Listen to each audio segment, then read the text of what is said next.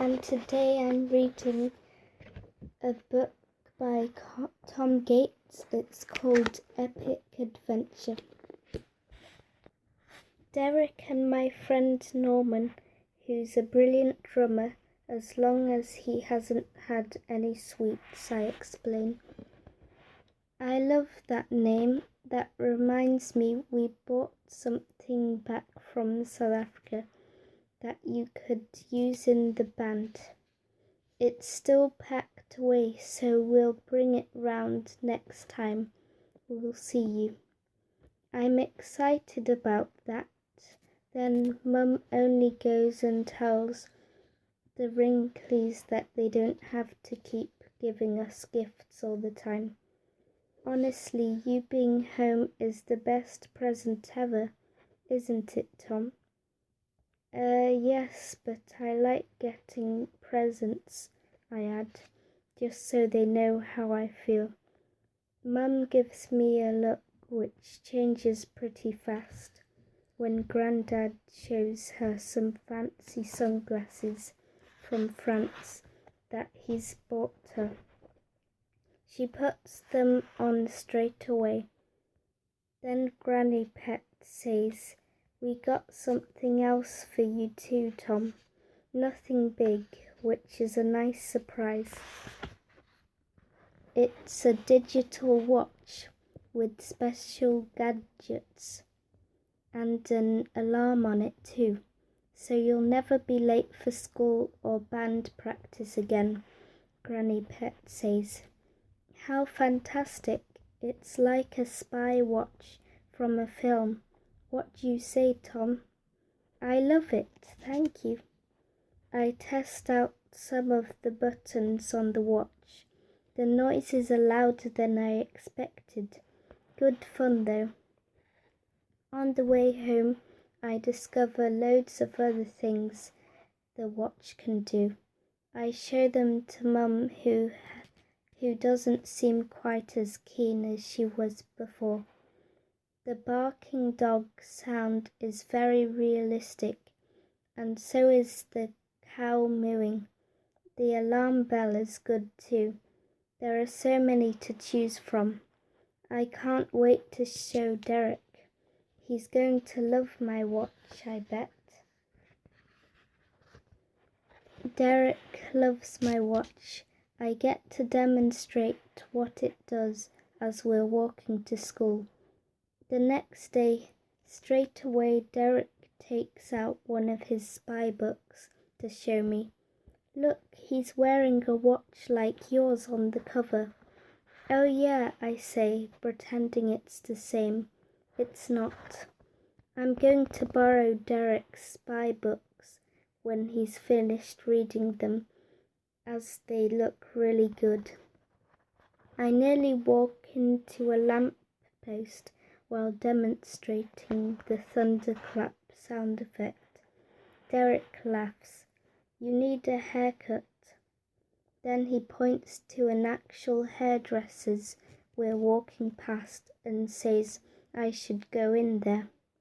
"No way, that's where Granny Mavis has her hair done," I say, but then we notice that standing in the right place, we can see our reflections in the hairstyle photos.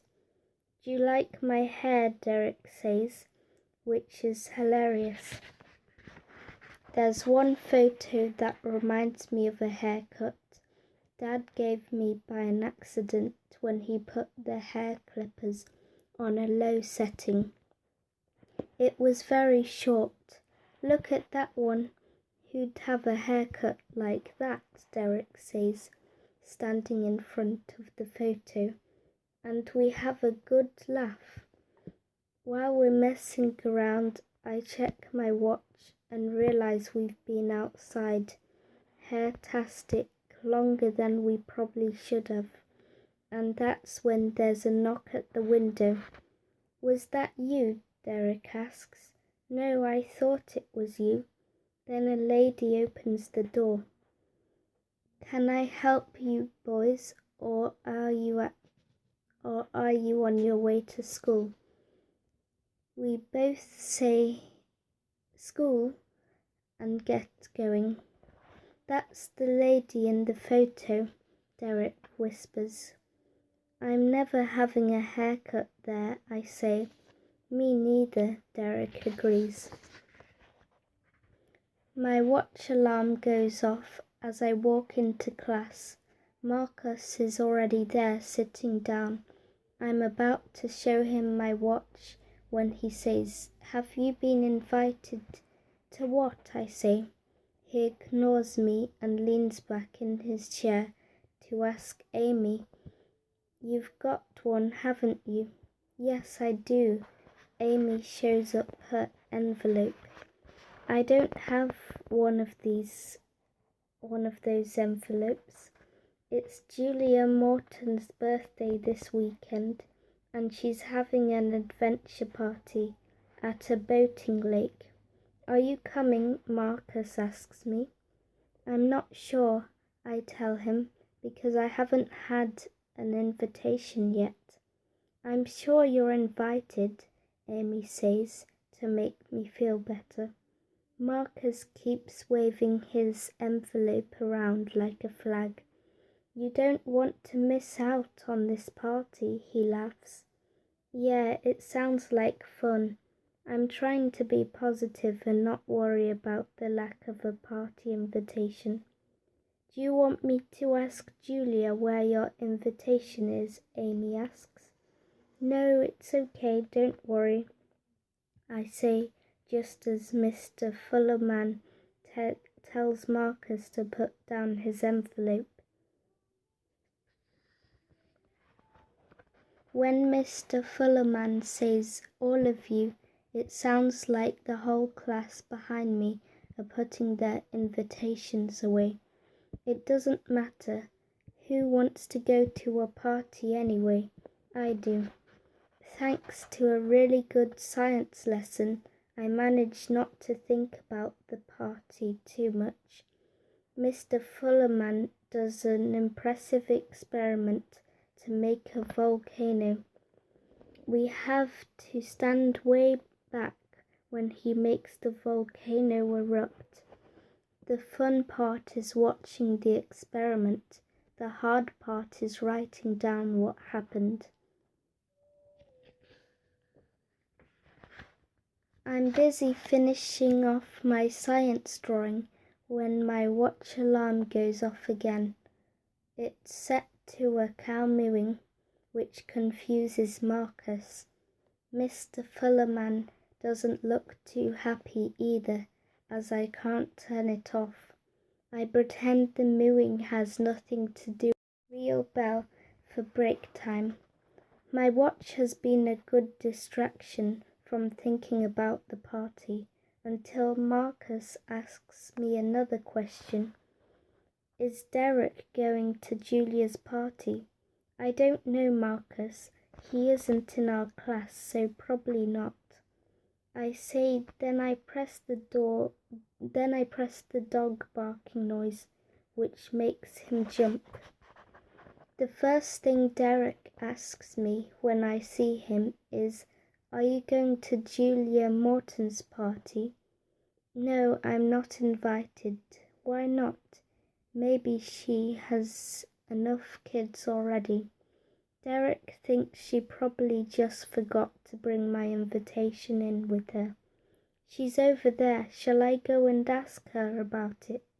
Because if you're not going, I'm not either," he tells me, which is nice of him, but Julia is surrounded by her friends, so now is not a good time to ask. If I'm not invited, I don't want everyone to know. "It's okay, Derek. Don't do that." "I'm fine," I say. I'm not fine. I spend the rest of the day trying not to think about it, which isn't easy. This afternoon we're doing poetry and making our own haiku poems. They are supposed to have 3 lines and be very meaningful. While I'm writing my poem, Marcus asks me about the party again. "No invite yet," I say like I'm not worried. Amy hears and she says, "What? Julia still hasn't asked you?" "It's fine. Really, I don't mind not going." Then Amy points to my poem and says, "Yes, you do mind. I'm not invited to the really fun party." "Cheer up, Tom. It might be a rubbish party. All we're doing is going to the boating lake and the adventure playground and then having a picnic with games, presents and fun. You won't be missing anything. Oh, hang on. I forgot someone's bringing animals to show us as well." "Animals, really? Thanks for telling me, Marcus. I feel so much better now." Then I see his poem, which is a bit different to mine. "Bright morning sunshine, smiling kids at the party, apart from just one." "Did you have to write that?" I ask Marcus. "I feel bad that you're the only kid not invited," he tells me, which is funny because he doesn't look like he feels bad for me. Mr. Fullerman wants to make an announcement, so he stands up and claps to get our attention. We clap back. "I know how much you enjoy a spelling test, so we've got another one coming up soon. I'm giving you lots of time to learn the word list. Don't forget your stories too." He points to a big pile of paper on his desk, which makes me groan. Then Amy nudges. "Julia's found your invitation in her bag. She's going to make sure you get it." Amy has only sorted everything out, while I've been listening and watching Marcus being smug. I'm so happy I want to get up and cheer. I don't. I do an air punch instead. I turn around and see Julia with my invitation in her hand, but then she only goes and passes it to Brad Galloway. Oh no. He treats my envelope like some kind of frisbee, and instead of passing it to me, he only goes and flicks it into the air. It whizzes past my head and my hand, then it hits Mr. Fullerman's desk and lands on the floor. Julia gasps and Brad mouths to me. Mr. Fullerman looks up like he knows something is going on. He narrows his eyes, stares at us, and then goes back to his work. I can see my envelope for a few moments before Mr. Fullerman puts his foot on it. "No, get off my invitation," I think. Mr. Fullerman then asks if we've all enjoyed writing these poems. "Yes, sir," the class reply. Mr. Fullerman's foot hasn't budged, so I accidentally on purpose drop my pen on the floor. "You've dropped your pen," Marcus says helpfully. "I know, I'm picking it up," I whisper. Then I edge close on my hands and knees towards my envelope. For a moment Mr. Fullerman moves his foot, but then he puts it back again, so I wait a bit longer. I tried pulling the envelope just a little. "Sit down, Tom.